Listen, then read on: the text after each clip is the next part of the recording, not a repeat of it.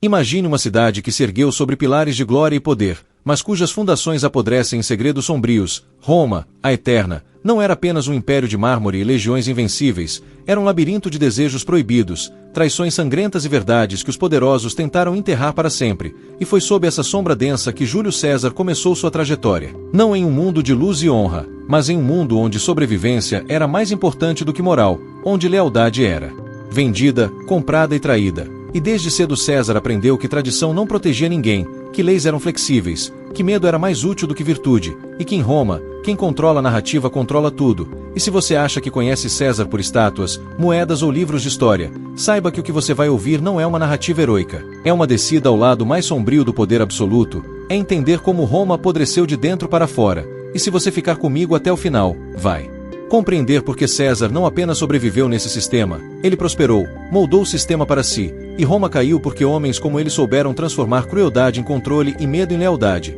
E se esse tipo de narrativa te prende, inscreva-se agora, porque aqui você encontra a verdade que a história oficial enterrou, e quanto mais você fizer parte, mais conteúdo sombrio, profundo e perturbador poderá ser revelado, porque impérios não são construídos com virtude, são mantidos com silêncio e conspiração, e o Império das Sombras está aqui para mostrar exatamente isso. César cresceu em uma Roma podre, observando execuções públicas, perseguições políticas, inimigos caindo como peças descartáveis de um jogo que ninguém admitia que existia, aprendendo a arte da sobrevivência e da manipulação, entendendo que poder verdadeiro nunca é entregue, é tomado, e que a lealdade só vale enquanto for conveniente, e desde sua juventude, ele testou limites, desafiou ordens perigosas. Mentiu, subornou, fugiu e aprendeu que controlar a percepção do povo controla a cidade inteira, e essa lição nunca o abandonou, porque César transformou cada medo em ambição, cada insegurança em estratégia, cada erro de seus inimigos em vantagem, e assim, ele começou a ascender, não pela virtude, mas pelo cálculo frio, pela manipulação da multidão e pela compreensão de que o poder é acima de tudo uma questão de imagem. Sua ascensão não foi limpa, não foi heroica, foi comprada com dívidas, subornos, favores políticos e espetáculos sangrentos. César entendeu que Roma não se impressionava com ideias, se impressionava com emoções, e emoções eram manipuláveis, vendáveis, transformáveis em medo ou devoção. E enquanto você escuta isso, perceba que multidões aplaudiam morte e espetáculo enquanto o Senado fingia virtude e ninguém ousava questionar o sistema. E César prosperou exatamente porque compreendeu a psicologia de uma cidade inteira. Ele não precisava de aliados leais, apenas de pessoas que pareciam leais, de aparências que sustentavam sua ascensão e de histórias que mantinham seu nome acima de todos. E esse tipo de controle psicológico é muito mais poderoso e perigoso do que qualquer força militar. E Roma era seu laboratório perfeito. Na Gália, César se tornou mais do que um político ambicioso, ele se tornou implacável, exterminando vilarejos inteiros. Não por necessidade, mas como demonstração de força, prisioneiros eram exibidos como troféus, humilhados, transformados em símbolos de dominação. Cada campanha militar era guerra e propaganda, cada massacre escrito por ele mesmo como se fosse um relatório administrativo. E enquanto você imagina isso, pense nas milhares de vozes que desapareceram, porque em Roma, a verdade só interessava aos vencedores, e César sabia disso, moldou seu sistema, e prosperou. Mas a verdadeira podridão de Roma não estava nos campos de batalha, estava nos bastidores, nos corredores do Senado, nos palácios, no corpo humano transformado em moeda, em ferramenta de controle, em arma política. E César viveu e prosperou nesse sistema, onde relações desiguais, abusos de poder, silêncios forçados e escândalos abafados eram rotina, onde rumores sobre condutas íntimas circulavam não para proteger vítimas, mas para destruir adversários, porque o problema nunca foi o ato. O problema era perder o controle da narrativa, e o episódio do culto de Bona Dea expôs isso de forma perturbadora, um ritual sagrado violado, escândalo que poderia destruir reputações. E César, questionado, não buscou justiça, não buscou verdade, disse apenas que sua casa precisava estar acima de qualquer suspeita, e essa frase atravessou séculos como confissão involuntária de uma elite que se importava mais com a aparência do que com dano real, e o silêncio foi mantido, sempre, porque impérios funcionam assim. E César jamais tentou mudar, porque impérios não sobrevivem questionando seus próprios métodos. E vamos voltar aos primeiros anos de sua vida, onde tudo começou, nas ruas tumultuadas de Roma, na família patrícia decadente do Juli, nas arenas de política que eram armadilhas mortais, onde o sexo era uma arma afiada, e ainda jovem, aos 20 anos, César foi enviado à corte do rei Nicomedes IV da Bitínia para buscar uma frota naval. Mas o que deveria ser uma missão diplomática simples transformou-se em um escândalo que o perseguiria para sempre.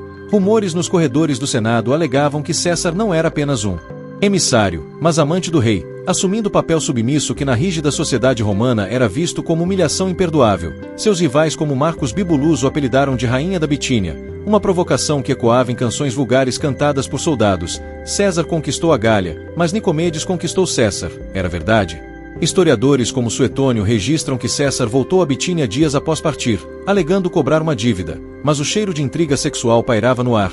Essa mancha em sua reputação não o derrubou, ao contrário, alimentou sua fome por poder, transformando humilhação em combustível para a ascensão, porque em Roma, o sexo não era pecado, era estratégia. César, adúltero careca, como o chamavam, dormia seu caminho para o topo, seduzindo esposas de aliados e inimigos. Alique, seu primeiro casamento, com Cornélia, filha de Sina, era mais do que amor, era aliança política que o colocava no centro da luta entre patrícios e plebeus, mas Roma podre já mostrava suas garras. O ditador Sulla ordenou que César se divorciasse, e ele recusou, fugindo para as montanhas como um foragido. Ao retornar, perdoado, ele mergulhou de cabeça nos escândalos que definiriam sua era. Após a morte de Cornélia, casou-se com Pompeia, neta de Sulla, mas essa união explodiu em um dos maiores escândalos sexuais da República. Durante o festival de Bona Dea, uma cerimônia sagrada só para mulheres, Publius Clodius, disfarçado de mulher, invadiu a casa de César para um encontro com Pompeia. O caos que se seguiu, gritos, acusações, um julgamento público,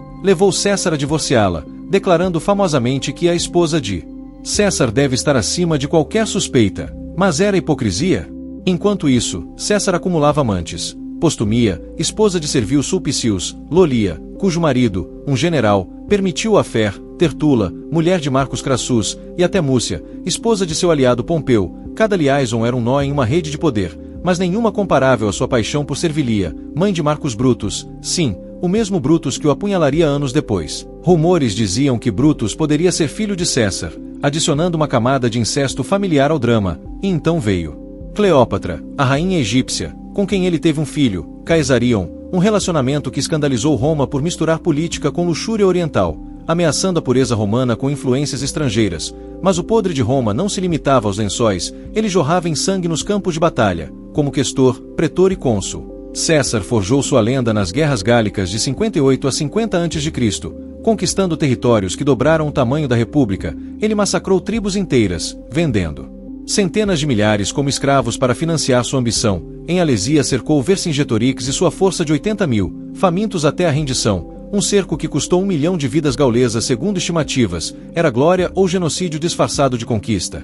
César registrava tudo em seus comentários sobre a Guerra Gálica, um best-seller propagandístico que pintava ele como herói, mas ocultava verdades sombrias. Pilhagens, traições e violência que enriqueciam Roma às custas de nações dizimadas. De volta à cidade, formou o primeiro triunvirato com Pompeu e Crassus, uma aliança secreta que manipulava eleições e leis, revelando a podridão institucional. Senadores comprados, plebeus manipulados por pão e circo, e César, endividado, usava saques gauleses para subornar aliados, enquanto seus afés sexuais selavam pactos. Quando Crassus morreu, a rivalidade com Pompeu explodiu na Guerra Civil. Em 49 a.C., César cruzou o Rubicão com sua legião, declarando Alia e Acta Est. Era o começo do fim da República. Perseguindo Pompeu pelo Mediterrâneo, venceu em Farsalos. Executou rivais e instalou-se como ditador vitalício, uma verdade oculta que mascarava a tirania sob o véu de reforma. Agora entramos no meio sombrio, onde sangue se mistura ao desejo e à traição. Como ditador, César reformou o calendário, expandiu o Senado e concedeu cidadania a provinciais, atos que pareciam progressivos, mas ocultavam concentração de poder que aterrorizava os tradicionalistas. Seus escândalos sexuais persistiam com Eunoe, rainha da Mauritânia, e Cleópatra, que ele instalou em Roma, desfilando-a como troféu. Mas a verdade oculta do império emergia. Roma era um ninho de intolerância, com classes odiando-se mutuamente, exploração sexual de escravos e plebeus, e violência religiosa suprimindo cultos estrangeiros. César, o visionário, era também tirano, perdoando inimigos para humilhá-los, como Cícero, que o elogiava publicamente enquanto tramava em segredo, porque Brutus, possivelmente seu filho ou pelo menos filho de sua amante, o traiu. Era ciúme pessoal misturado ao ideal republicano.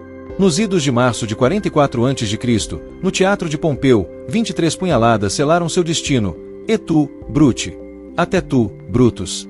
Ecoou como o último suspiro de uma era, mas o sangue não parou. Sua morte desencadeou guerras civis que levaram Octaviano, seu herdeiro, a fundar o império, uma verdade oculta de que Roma republicana estava podre por dentro, pronta para cair, e assim chegamos ao fim, onde as sombras se dissipam para revelar a verdade nua. Júlio César não era Deus nem demônio, mas um homem que incorporava o podre de Roma, escândalos sexuais que teciam alianças, sangue que forjava impérios, verdades ocultas de corrupção que ainda ressoam em poderes modernos. Ele expandiu fronteiras, mas a que custo? Massacres na Gália, afés que destruíram famílias, uma ditadura que pavimentou o caminho para imperadores loucos como Calígula e Nero. Roma caiu, mas suas lições perduram, e o que você fará com essa verdade revelada? Se você chegou até aqui, viu a podridão, os segredos e os escândalos que a história oficial tentou enterrar, não desapareça agora.